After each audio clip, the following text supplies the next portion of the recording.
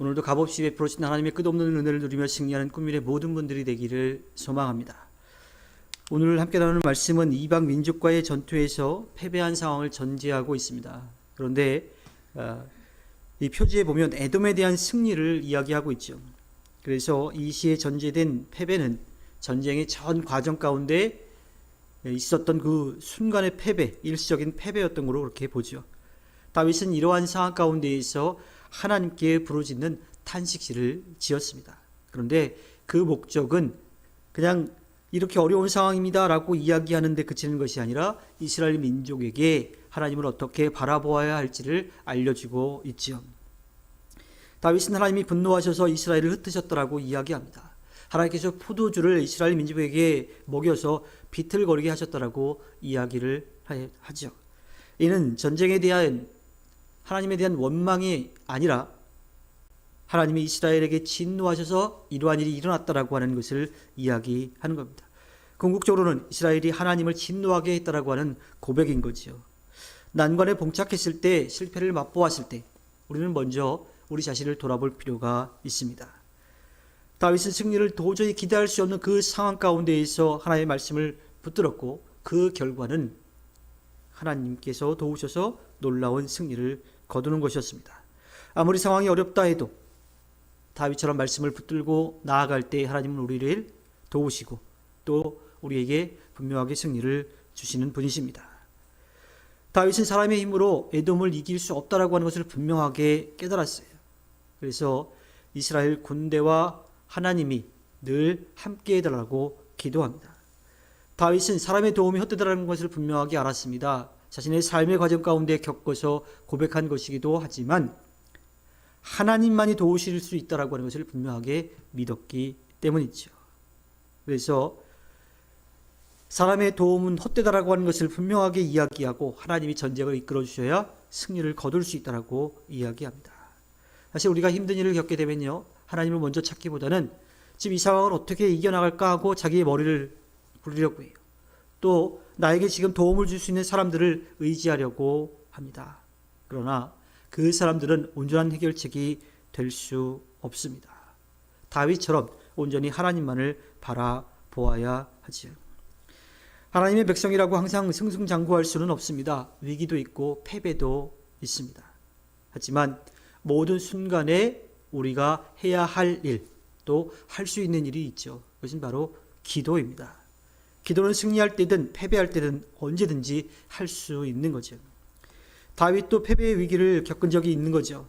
바로 에돔과의 전쟁 때였습니다. 전쟁의 초반에 위기가 닥쳐왔어요. 다윗의 표현을 빌리자라면 하나님은 이스라엘을 버리셨고 흩으셨고 이스라엘에게 분노하셨다라고 이야기를 합니다. 아마도 적의 공격에 의해서 이스라엘 군대가 사방으로 흩어졌던 것 같아요. 이것을 땅이 흔들리는 일, 포도주를 마셔서 비틀거리는 일로 이야기합니다. 이 전쟁에서는 초반에 쓰기가 굉장히 중요하죠.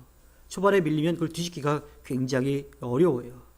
그 위기의 상황에서 이스라엘 군대의 최고의 지휘관인 다윗이 선택한 것은 이것을 어떻게 해결할까 하고 자기 전략을 짜고 또 참모들과 함께 전략 회의를 하고 군사들에게 사기를 풀어놓은 것이 아니라 먼저 하나님 앞에 기도했습니다. 그래서 1절에서 이제는 우리를 회복시켜 주십시오라고 간절히 기도하는 거죠. 이러한 다윗의 간절한 기도에 하나님은 이스라엘을 긍휼히 여기셨고 다윗의 기도를 들으셔서 전쟁에서의 승리를 허락해 주셨습니다. 다윗은 하나님이 하신 말씀들을 기억하면서 기도하죠. 5절에 주님의 오른손을 내미셔서 주님께서 사랑하시는 사람을 구원하여 주십시오. 우리에게 응답하여 주십시오. 왜냐하면 하나님께서 그 조상 아브라함에게 또 자신에게 약속해 주신 대로 그 땅을 차지할 수 있게끔 해 주실 것이라고 하는 그 약속을 분명하게 믿었던 거예요. 그래서 세겜과 숫곳 땅은 다 사랑하는 자에게 주신 땅임을 알았어요. 이것은 하나님께서 약속하신 그 이스라엘 땅을 이스라엘 민족에게 분명하게 주시겠다라고 하는 그런 선언이었던 거죠. 다윗은 그것을 믿고 있었습니다. 반면에 이스라엘과 인접해 있는 모압과 에돔은 마치 종처럼 하나님께서 말씀하시죠. 모압은 세수다에 불과하다고 말씀하시고 또 에돔에는 나의 신발을 던져서 그것이 나의 소유임을 밝히겠다라고 말씀하십니다. 신발을 던진다라고 하는 것은 그것은 내 소유다. 내 종으로 삼겠다라고 하는 그런 뜻이 담겨져 있습니다. 하나님께서 이렇게 말씀하셨다라고 하는 것은 하나님께서 그 땅을 다윗에게 주시겠다라고 하는 거예요. 이스라엘 민족에게 주시겠다라고 하는 겁니다. 거꾸로 이야기하면 모압과 에돔은 결코 이스라엘을 이길 수 없다라고 하는 것이죠. 다윗은 그 하나님의 말씀, 그 약속을 믿고 담대하게 서서 나아갈 수 있었던 겁니다. 다윗의 기도는 우리를 도우셔서 원수를 물리쳐 주십시오라고 하는 11절의 말씀을 통해서 절정을 이룹니다. 다윗이 걱정하는 것은 단 한 가지예요. 저 군대를 어떻게 이길까? 어떠한 방법으로 이길까? 만약에 지게 되면 나는 어떻게 될까 하는 이런 걱정 근심이 아니에요. 다윗이 걱정하고 있었던 것은 바로 하나님이 우리와 함께 하시느냐 그렇지 않느냐였던 겁니다. 이스라엘의 군대가 얼마나 강한가, 얼마나 숫자가 많은가, 이것이 문제가 아니라 하나님이 우리와 함께 하시는가, 하나님이 우리를 도우시는가 하는 것이 다윗의 걱정이었고, 또 그것이 전쟁의 승패를 가를 수 있다고 하는 것을 다윗은 분명하게 믿었던 거죠. 그래서 다윗은 우리를 도우셔서 원수들을 물리쳐 주십시오라고 기도한 것입니다. 삶의 문제 가운데 사람만을 의지하는 것은 헛된 일입니다. 사람들과의 관계는 좋을 때는 그것이 한없이 우리들에게 도움이 되지만 관계가 틀어져 버리면 그냥 끊어져 버리고 말아요.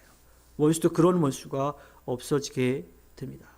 왜냐하면 우리 자신은 연약한 존재이기 때문이고 또 욕심에 넘어들 수 있는 존재들이기 때문입니다. 이스라엘 군대와 다윗이 할 수 있었던 일은, 해야만 한 일은 하나님을 의지하여 용기를 낸 것뿐이었습니다. 실제로 원수들을 밟으시는 분이 하나님이심을 믿고 하나님만을 의지하는 것뿐이었습니다. 결국 다윗은 에돔의 군대를 몰살시키는 혁혁한 전과를 이룰 수 있었어요. 하나님께 모든 것을 맡기며 기도했을 때에, 또 그 하나님의 약속을 믿고 담대하게 나아갔을 때에 다윗은 승리를 거둘 수 있었습니다. 우리가 살아가는 현장을 흔히 전쟁터라고 이야기합니다. 만약에 우리가 살아가는 삶의 현장이 전쟁터라면 우리는 매 순간, 매 시간마다 하나님께 기도하는 삶을 살아야 합니다. 전쟁에서 하나님을 의지하지 않고는 이길 수가 없기 때문이죠.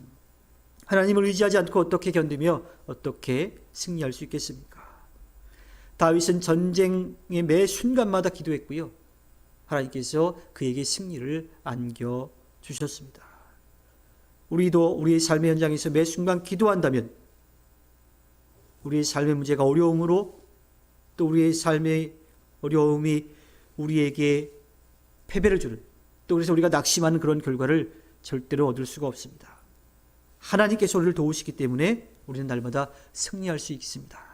하나님께서 허락해 주신 오늘 하루를 살아갈 때에 우리에게 승리를 주신 하나님을 믿고 나아가는 꿈미래 모든 분들이 되기를 주님의 이름으로 부탁드립니다. 기도하겠습니다.